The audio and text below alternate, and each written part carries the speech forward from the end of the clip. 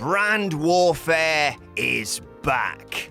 Yay? Well, at least we don't have to have Under Siege 2, eh? To be fair, 2017's Lesnar vs. Styles match was comfortably the Beast Incarnate's best of the year, and there is little reason to believe the Universal Champion's latest battle with his SmackDown counterpart will underwhelm. Elsewhere, the Women's Revolution's biggest star collides with its MVP as Ronda Rousey faces Becky Lynch. Yes, obviously, it's now Charlotte Flair versus Ronda Rousey. Becky Lynch is out of Survivor Series with a concussion. Thanks, Nia Jax.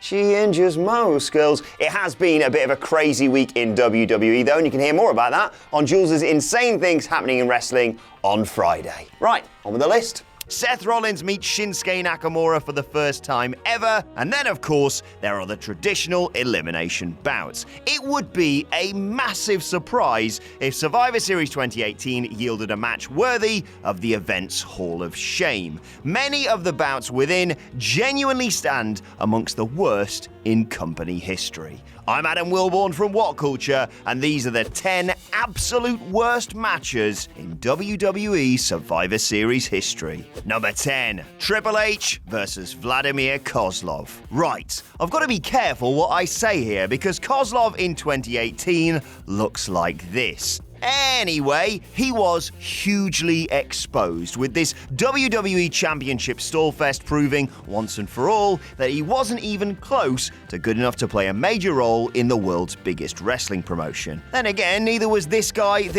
or this guy, and that never stopped him. Kozlov versus Triple H was a tumbleweed summoning insomnia cure with few redeeming features. It didn't help that the game wrestled with the enthusiasm of a sleepwalking bloody Snorlax, though. The bout did get livelier upon the insertion of Edge, although it would have gotten livelier with the insertion of literally anyone, and his shock win helped compensate for the loss of fan favourite Jeff Hardy, but didn't make good for the drudgery that came before it. What the hell was his gimmick? Just angry and Eastern European?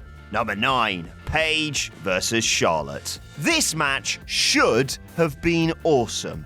Unfortunately, WWE's tasteless, heartless decision to exploit the death of Charlotte's brother, Reed Flair, derailed it before we even got to the pay-per-view, leading to a Survivor Series title fight with next to no crowd heat. A few polite golf claps were all the duo received for their troubles. Even a late match spear off the barricade failed to stir the masses from their slumber. It was as quiet as the...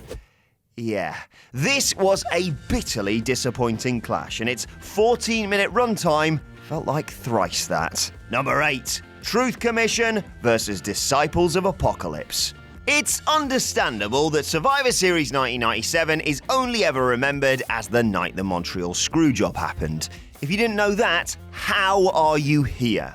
It's probably for the best, though, too, as this is one of the worst team-based clashes in the event's history. More glacial than pedestrian, their showdown was hot garbage, with a series of blind referee botches, plodding offense, and a complete lack of anything resembling athleticism, rendering it the worst kind of slog. A simple crossbody was the most exciting move these plodders could muster, and that happened within the first few minutes.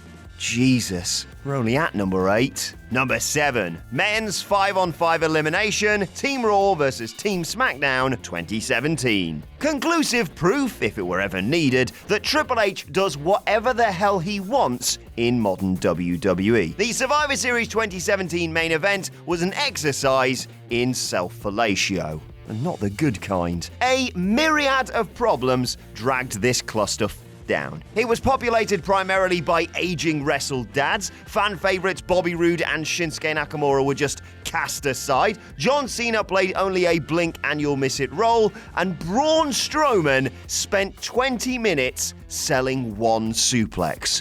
What were you thinking, Vince? Despite all this, though, the game's contributions were the worst. He betrayed teammate Kurt Angle to hand Shane McMahon his elimination, then kicked his brother-in-law in the dick, hit the pedigree, and won the bout for Team Raw.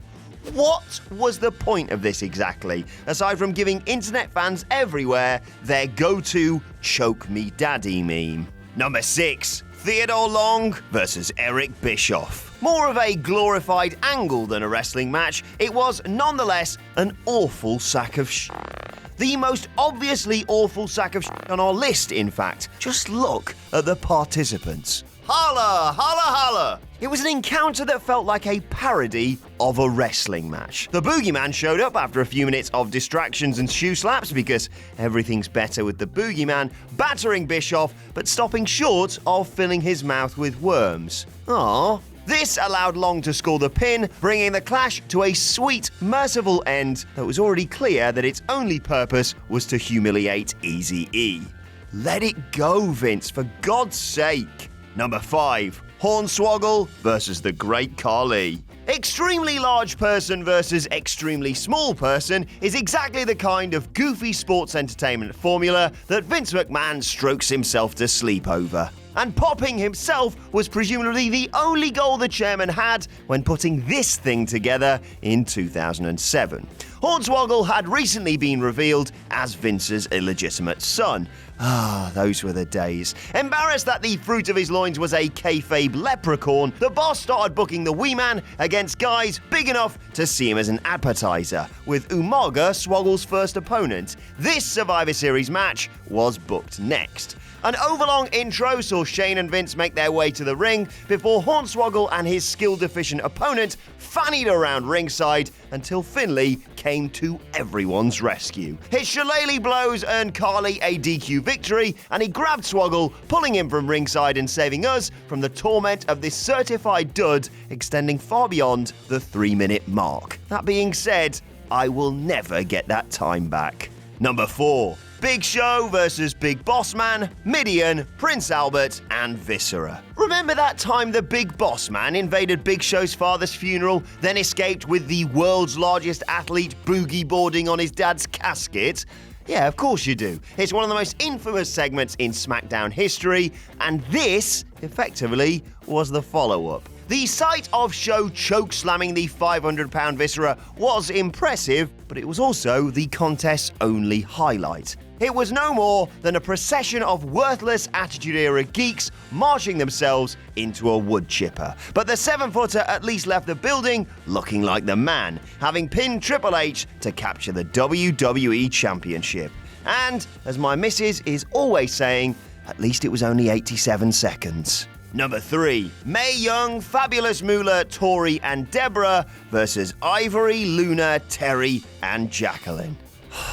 Survivor Series has played host to all manner of garbage pre-revolution women's bouts over the years, and it would have been extremely easy to slide an atrocity like 2013's Total Divas vs. True Divas elimination match in here. As bad as that clash was, however, it doesn't even compare with this crime against humanity. The babyface side was a calamity. Mae Young and her partner in crime, the Fabulous Moolah, were both north of 70. Deborah was a non-wrestler, and Tori never really developed as an in-ring performer. Highlights included Luna tagging Ivory while Jacqueline was legal, Tori botching a bunch of moves on Jacqueline after just deciding she was allowed to tag herself in from outside, Jerry Lawler making bloody Alzheimer jokes on commentary, and Moolah decreeing that her pin on women's title holder Ivory made her the new champion. And then, afterwards, Deborah ripped Terry's top off because Attitude Era. Number 2. The Royal Family versus Clowns Are Us. This crapper was awarded a shoddy -2.5-star rating by Dave Meltzer when it happened. Shagger Dave, you are far too kind. Jerry Lawler led his gang of little people, sleazy, queasy, and cheesy against Doink the Clown's Wink, Pink, and Dink. Jesus Christ, with the rules stipulating that the two captains could only face off against each other rather than their vertically challenged partners. The problem was that the only two guys who could actually wrestle were knocked out first, leaving the royal family to run through the mini-clowns one by one, prompting the losers to chase Lawler around ringside. The payoff? Their noble leader splattering the Memphis legend in the face with a custard pie.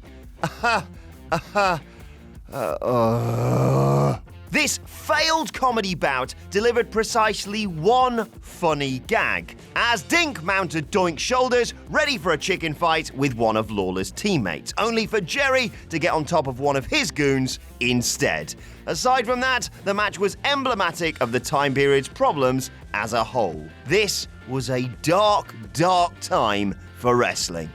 Speaking of which, number 1. Bushwhackers and Men on a Mission versus Bam Bam Bigelow, Bastion Booger, and the Head Shrinkers. This is a bona fide contender for the worst match in WWE history. It's got Bastion Bloody Booger in it, for Christ's sake. We got two of the worst in-ring tag teams of any WWE era teaming up against Bam Bam and a gang of ill-suited allies in a bout featuring a literal banana peel slip, food-based distractions for Booger, and the usual array of bushwhacker bollocks. I've watched Jules kick a dog to death, and it was funnier. To make matters worse for Bam Bam, the talented big man didn't even get to win this wretched affair, with all 4 doinks pinning him after Mabel's big splash as the clock hit 11 minutes. It was his WWE career's darkest hour, and the absolute worst match